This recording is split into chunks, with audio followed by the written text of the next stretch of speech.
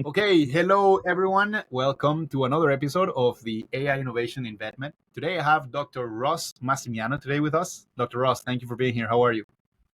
I'm good. Thanks so much for having me, Kevin. I really appreciate you taking the time out of your day to have me on here to No, talk of about, course, of course. technology and VetMed. This is Yeah, great. no, the pleasure is mine, man. The pleasure is mine. So, one of the common themes I think over the past episodes that I've brought is that I've brought, lots of doctors to the podcast, but doctors that have gone to do other stuff in veterinary medicine. And I know that you studied veterinary medicine, but then you practiced and then you stopped, and now in vet you're doing something else.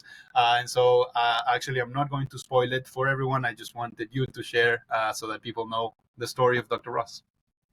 Yeah, thank you so much. My name's Ross. I'm a veterinarian by trade. I went to St. George's University. I graduated 2014.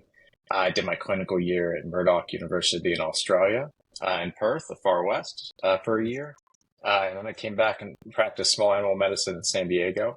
At the same practice I was a technician at before I went to vet Oh school. So I wow, went wow! full circle Yeah, to be a unlicensed tech, I should say. yeah, I was a vet assistant for 3 years during undergrad at San Diego State, and then ended up full circle coming back and working as a vet there for a couple of years. And small animal and exotics, I'd pretty much yeah, see anything that would walk through the door. It was a lot of fun, and San Diego's a great place for exotics too. yeah. Uh, Wow. See, I had a very interesting path. So, I went into vet school knowing that I wanted to go back into clinical practice, loved exotics, wildlife, that kind of thing, and found my right mentor. And early on, made that trek back to San Diego after traveling the world in Grenada for vet school, and then Australia. But you know what? Things changed. I started to look at more aspirational aspects of the career, other things I could do, maybe make some change. Yeah. And then eventually led me to apply for another job at Thrive Affordable Vet Care. I really was driven by the mission of really trying to bring the cost of vet care down by scaling up hospitals through de novo hospitals and our partnerships with Petco. So I early on became a medical director there. So I helped influence kind of the medicine, the workflow, some of the technology that we'd brought in. I was able to test and demo and help. So it was a lot of fun. And it got me like really thinking about where this career in this industry could go. Yeah. Yeah, so I joined in that medical capacity. Then that was all through COVID. Led multiple teams through that. It was definitely a challenging aspect, and met a lot of really neat people along the way. Veg being one of them, and I joined about almost 3 years ago the talent team at Veterinary Emergency Group, and I'm the regional talent director of the West. So from San Diego to Denver to Seattle, kind of anything in that region for me. We hire doctors and veterinary nurses as our main focus. So I've had a very What a journey. different career.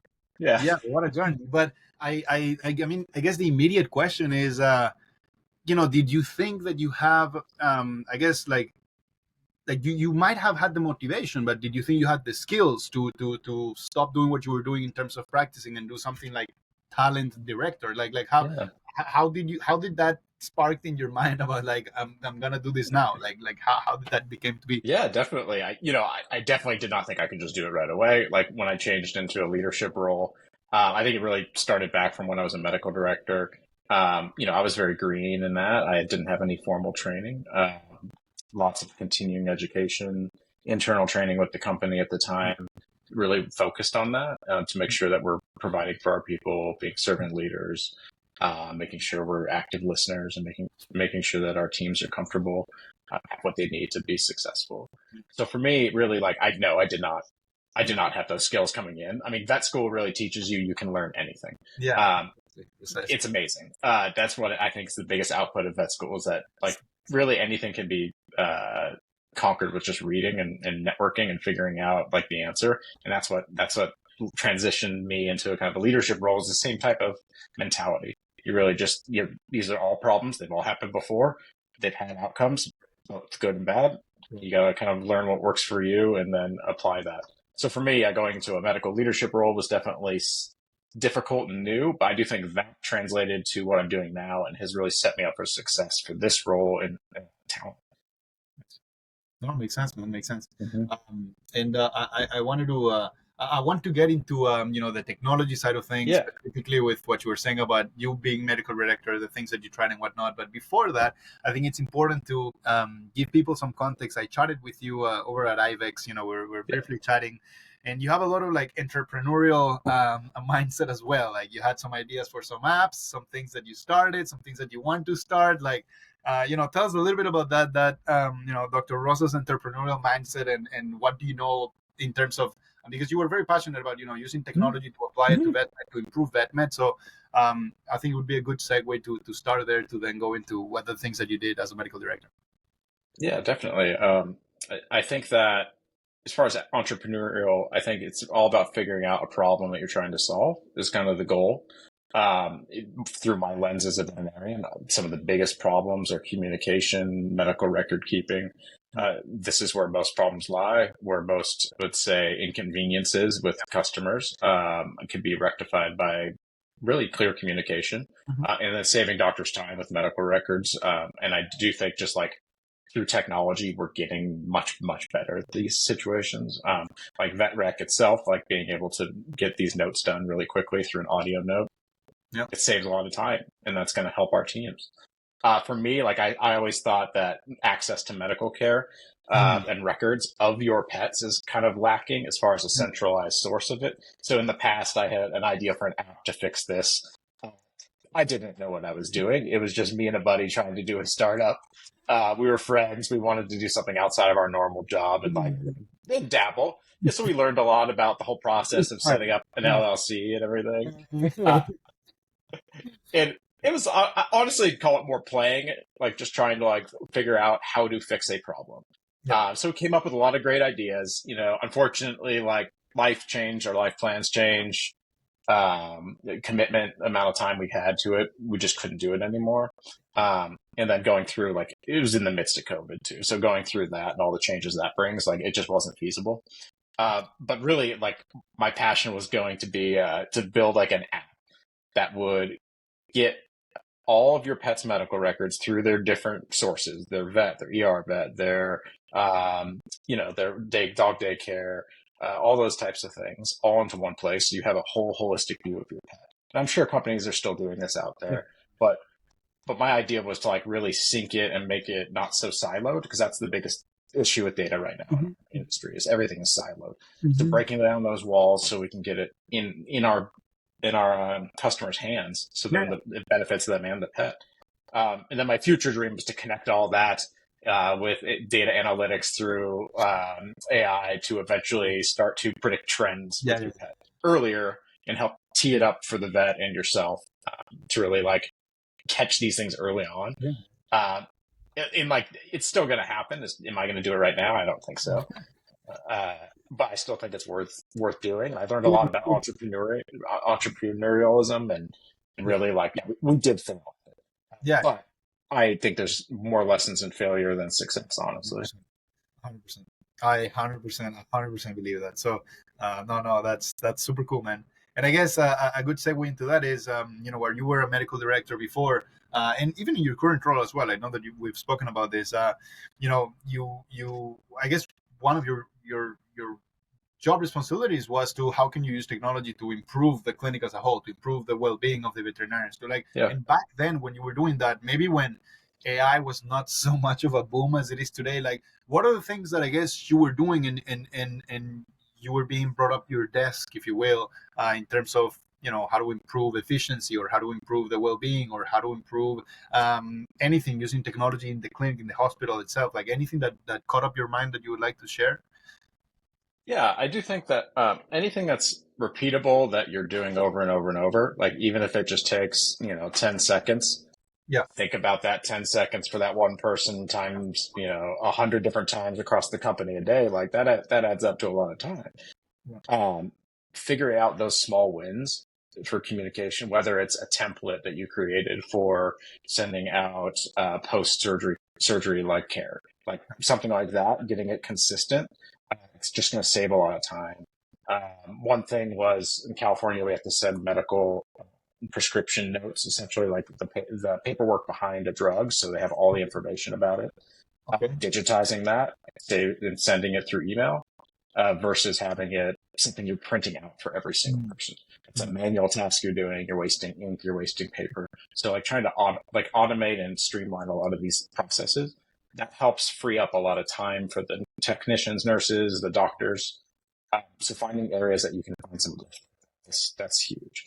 I don't have all the answers. I'm sure there's plenty more that we can do, Of but course.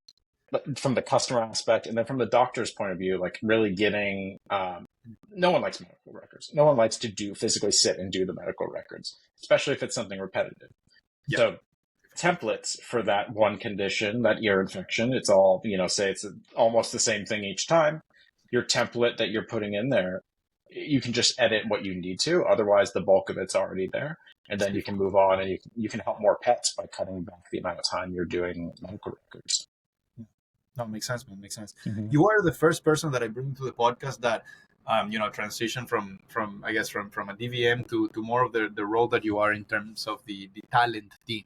So actually, like, I'm gonna ask you, and I don't know what to expect from an answer, but like, with the advancement of AI, we're talking medical records, we're talking, for example, there's companies like Radimal, who are helping with X-rays and making sure that you can get a quick X-ray image report by using AI with the radiograph. So there's a lot of stuff that is out there, innovation for the doctor itself and for the efficiency of the clinic. But I guess in the role that you are in, specifically like talent for veg maybe, or in general, like, what have you seen? What do you know? What have you played with these AI advancements that are coming up that might not be as straightforward to yes, helping with medical records using AI and LLMs. Sure, that one people are already being bored about hearing that one, but like, I guess, I don't know, or maybe people might not know on your role or on in this branch of VetMed that you're doing, like, anything that you've seen in terms of advancement that could be improved, that is already there, that you've tried, anything? It's a good question. I don't think I could speak to any specific like technology necessarily that we utilize that's different than anyone else, or even that's like truly up and coming. I think a lot of the staples are improving. So sites like Indeed, Glassdoor, where a lot of jobs are posted, that's where a lot of our nursing staff, support staff, they technically find that there a lot. Our own career website. So really, I think it's optimizing our own searches as well as the candidates optimizing their resumes to be able to fully reflect, for us, the job, and for them to fully reflect themselves to show their skills. So then when we're going through application reviews, we can see the most up-to-date resume. Yeah. A lot of times we get resumes, they're maybe not up-to-date. So I think that that's something that technology can improve on. I think LinkedIn is doing a great work lately on making it a little more user-friendly. Yeah, I think LinkedIn's great. Yeah, LinkedIn's been really great. It's like the tried and true, they call it the boring social network, but honestly, it's like the professional. It's really the professional social network. Yeah. No, and I've seen that you're pretty active in LinkedIn as well. It's good. I mean, it's important. Like, you have to be, I guess. So, no, it's yeah. I think really like the professional networking and just staying up to date on industry trends is huge, and it's becoming more and more important in VetMed. And I do see a lot more engagement on social media, specifically like LinkedIn for like the professional updates regarding like research and things too. And now we're starting to see a lot of the AI stuff and technology on there within VetMed space, and like that group is growing now, and I love that because VetMed traditionally is kind of an archaic profession.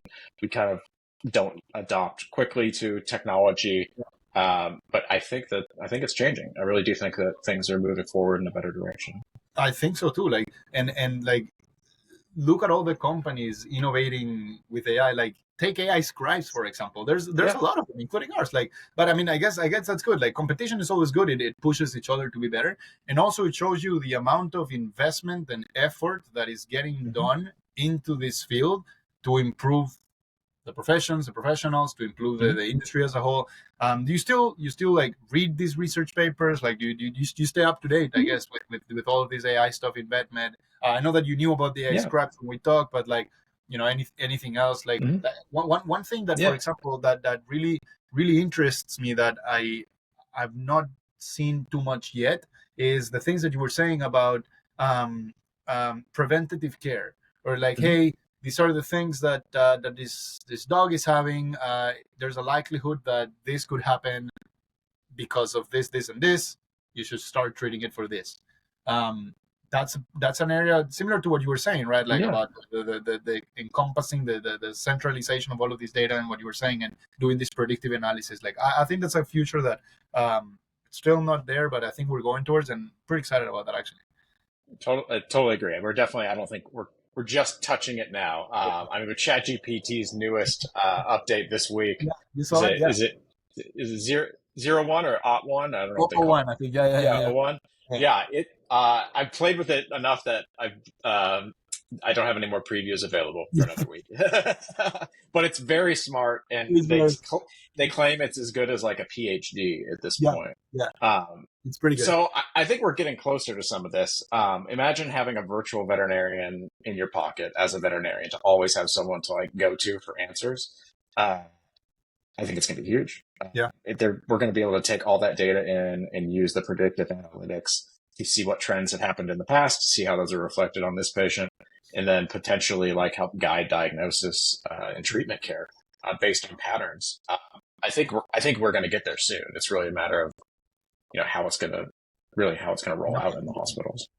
100%. I think the last question that I wanted to ask you as we wrap up here is all of these advancements. You see the good side in it. I see the good side in it, of course. I think there's a lot of good things that can come out of it.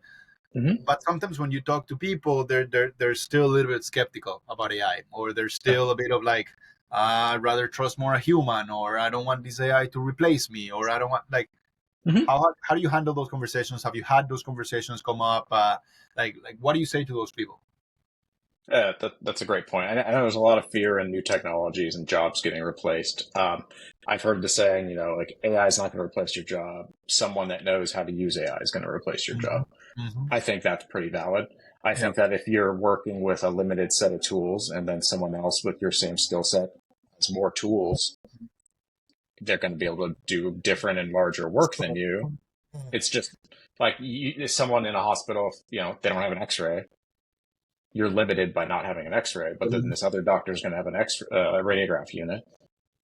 They can do more than you just physically. So like this is the same situation to me, is that you have this other piece of technology, this AI.